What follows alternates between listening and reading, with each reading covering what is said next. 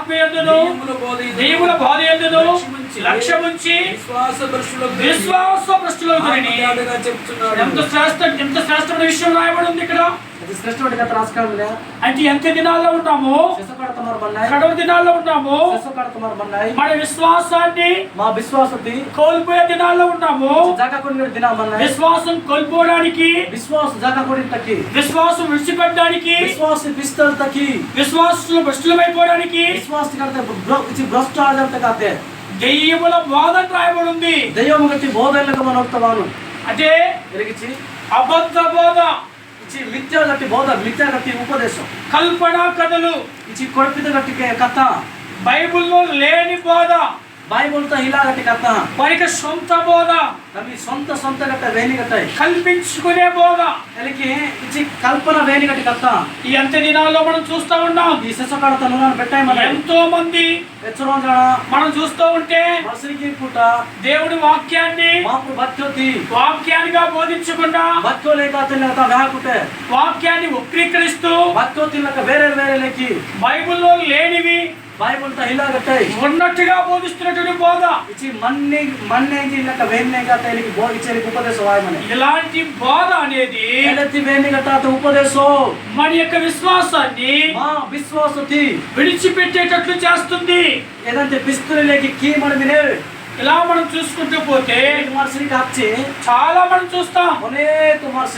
మొదటి అధ్యాయం తిమోతి పత్రిక, చూడండి. మొదటి తిమోతి పత్రికలో మనం చూస్తా ఉంటే రాయబడుతూ ఉంది. దేవుని యొక్క వాక్యంలో మనం చూస్తే చూడండి, దేవుని యొక్క వాక్యంలో 18-19 చదువుకుందాం. 18-19 మొదటి అధ్యాయం. నా కుమారుడైన తిమోతి విశ్వాసమును మంచి మనస్సాక్షియు కలిగిన వాడవై నిన్ను గూర్చి ముందుగా చెప్పబడిన ప్రవచనముల చొప్పున మంచి పోరాడవలనని వాటిని బట్టి ఈ ఆజ్ఞ నీకు అప్పగించున్నాను. అట్టి మనస్సాక్షిని కొందరు త్రోసివేసి విశ్వాస విషయమై బద్దలైపోయిన వారి వలె చెడి ఉన్నారు. విశ్వాస విషయంలో చెడిపోయారు. వారి యొక్క విశ్వాసమైన వారు ఏమైపోయిందంటే బద్దలైపోయింది. వారి విశ్వాసాన్ని వదిలిపెట్టేశారు. విశ్వాస పిచ్చకొడతరి కారణం ఏంటి అంటే వారి మనస్సాక్షిని వాళ్ళు ఏం చేశారంటే త్రోసివేసేశారు. కనుక మన జీవితంలో మన మనస్సాక్షి మనల్ని గద్దిస్తున్నప్పుడు, మనల్ని హెచ్చరిస్తున్నప్పుడు మనం త్రోసివేయకూడదు. నువ్వు వెళ్తున్న త్రోవ రాంగ్ రూట్ లో వెళ్తున్నావు. నువ్వు సరైన రీతిలో వెళ్ళట్లేదు. నువ్వు చేస్తున్న పని సరైనది కాదు. నువ్వు కీనిగట్టాయి ఏంటి సరిగట్టాయా?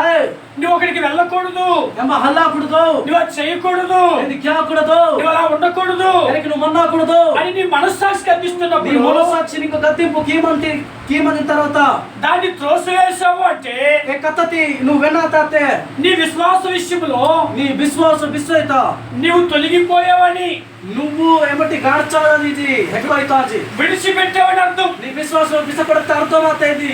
మన జీవితంలో మా జీవనత దేవుడు మనకు ఒక మనస్సాక్షి ఇచ్చాడు. ఆ మనస్సాక్షి చాలా రకాలు ఉన్నాయి. అనేక విభిన్న ప్రకారం మనలో ఉంచిన మంచి మనస్సాక్షిని ఎప్పుడు కూడా మనం తోసివేయడానికి వీలు లేదు. మనస్సాక్షి మాటి గుచ్చికాస్తున్నట్టు వీళ్ళు మనబాకూడదు. చూడండి, కొన్నిసార్లు మనము ఆదివారం వచ్చినప్పుడు ఈ 6 రోజులు మనకి పని లేకుండా ఈ ఆదివారమే మనకి పని దొరికింది అనుకోండి,